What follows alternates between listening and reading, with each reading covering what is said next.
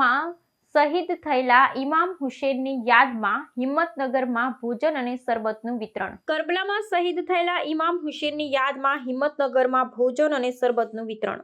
સત્ય અને અહિંસાના મૂલ્યોની રક્ષા માટે આજથી આશરે 1400 વર્ષ પહેલા કરબલાના मैदान में हजरत इमाम हुसैन और तेमना 72 साथीओ साथे शहीदी आपी हती। तेमनी याद में समग्र विश्व में मोहर्रमनो तहेवार उजववामां आवे छे। करबलाना मैदान में हजरत इमाम हुसैन और तेमना 72 साथीओ माटे भोजन और पाणी बंद करी देवामां आव्युं हतुं।